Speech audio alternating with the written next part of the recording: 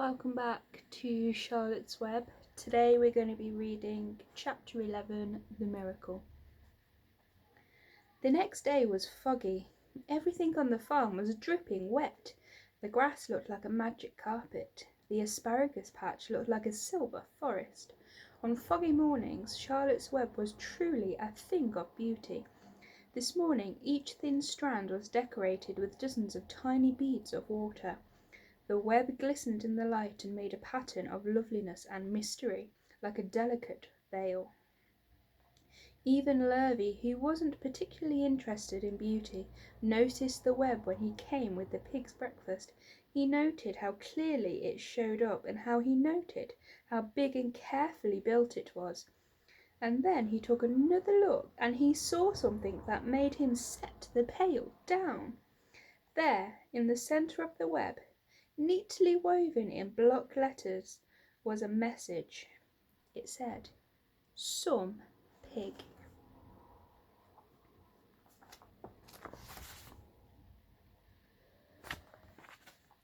Lurvy felt weak. He brushed his hand across his eyes and stared harder at Charlotte's web. "Oh, I'm seeing things," he whispered. He dropped to his knees and uttered a short prayer.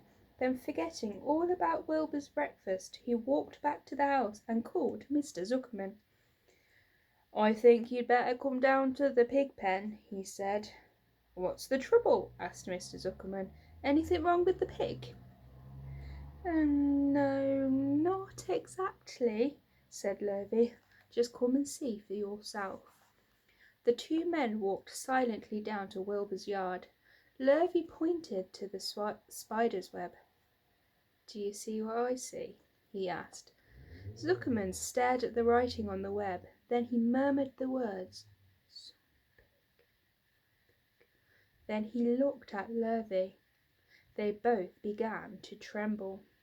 Charlotte, sleepy after her night's exertions, smiled as she watched. Wilbur came and stood directly under the web. "Some pig," muttered Lurvy in a low voice. "Some pig," whispered Mr. Zuckerman. They stared and stared for a long time at Wilbur. Then they stared at Charlotte. "You don't suppose that spider—" began Mr. Zuckerman. But he shook his head and didn't finish the sentence. Instead, he walked solemnly back up to the house and spoke to his wife. "Edith, something has happened," he said in a weak voice. He went into the living room and sat down, and Mrs. Zuckerman followed. "I've got something to tell you, Edith," he said. "You'd better sit down." Mrs. Zuckerman sank into a chair. She looked pale and frightened. "Edith," he said, trying to keep his voice steady, "I think you had best be told that we have a very unusual pig." A look of complete bewilderment came over Mrs. Zuckerman's face. "Homer Zuckerman, what in the world are you talking about?" she said. "This is a very serious thing, Edith," he replied. "Our pig is completely out of the ordinary." "What's unusual about the pig?" asked Mrs. Zuckerman, who was beginning to recover from her scare. "Well, I don't really know yet," said Mr. Zuckerman, "but we have received a sign, Edith, a mysterious sign. A miracle has happened on this farm. There is a large spider's web in the doorway of the barn cellar, right over the pig pen, and when Lurvy went to feed the pig this morning, he noticed the web because it was foggy. And you know how a spider's web looks very distinct in a fog. And right spang in the middle of the web, there were the words, 'Some pig.' The words were woven right into the web. They were actually part of the web, Edith. I know because I have been down there and I have seen them. It says 'Some pig' just as clear as can be. There can be no mistake about it. A miracle has happened and a sign has occurred here on earth, right on our farm, and we have no ordinary pig." "Well," said Mrs. Zuckerman, "it seems to me you're a little off. It seems to me we have no ordinary spider."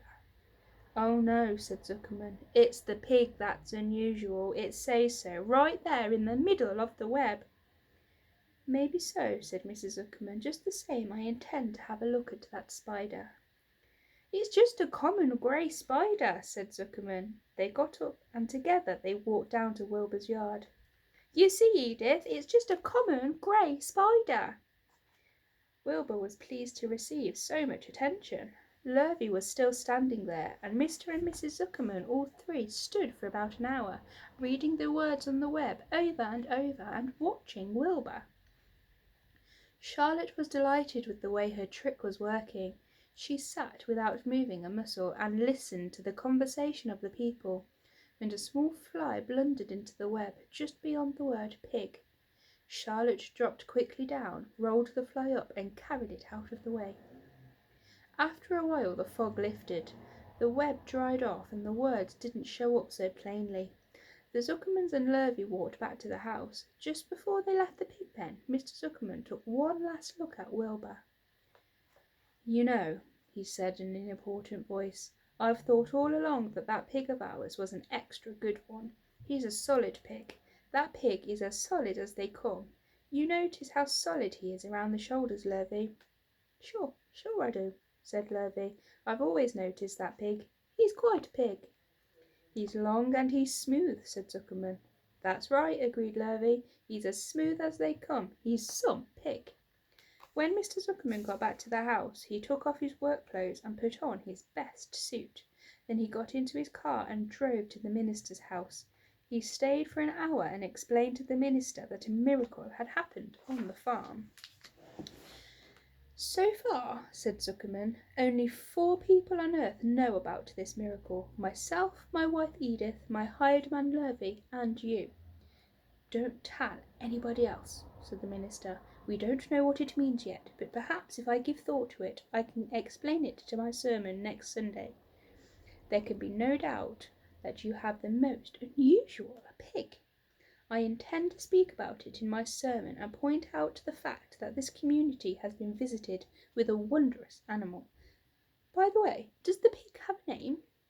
"Why, yes," said Mr. Zuckerman. "My little niece calls him Wilbur.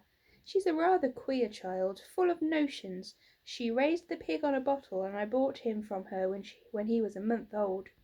He shook hands with the minister and left. Secrets are hard to keep. Long before Sunday came, the news spread all over the county. Everybody knew that a sign had appeared in a spider's web on the Zuckerman place. Everybody knew that the Zuckermans had a wondrous pig. People came from miles around to look at Wilbur and to read the words on Charlotte's web. The Zuckermans' driveway was full of cars and trucks from morning till night, Fords and Chevys and Buck Roadmasters and GMC pickups and Plymouths and Studebakers and Packards and Oldsmobiles with rocket engines and Jeep station wagons and Pontiacs.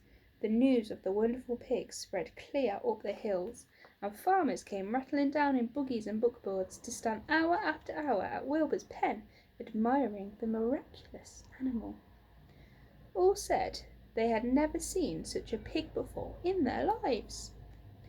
When Fern told her mother that Avery had tried to hit the Zuckerman spider with a stick, Mrs. Arabelle was so shocked that she sent Avery to bed without any supper as punishment. In the days that followed, Mr. Zuckerman was so busy entertaining visitors that he neglected his farm work. He wore his good clothes all the time now, got right into them when he got up in the morning. Mrs. Zuckerman prepared special meals for Wilbur. Lurvy shaved and got a haircut, and his principal farm duty was to feed the pig while people looked on. Mr. Zuckerman urged Lurvy to increase Wilbur's feedings from 3 meals a day to 4 meals a day. The Zuckermans were so busy with visitors they forgot about the other things on the farm. The blackberries got ripe, and Mrs. Zuckerman never put them in blackberry jam. The corn needed hoeing, and Lurvy didn't have time to hoe it. On Sunday the church was full. The minister explained the miracle. He said that the words on the spider's web proved that human beings must always be on the watch for the oncoming of wonders. All in all, the Zuckerman's pig pen was the centre of attraction. Fern was happy, for she felt that Charlotte's trick was working and that Wilbur's life would be saved. But she found that the barn was not nearly so pleasant. Too many people. She liked it better when she could be all alone with her friends, the animals. Come back to find out what happens next.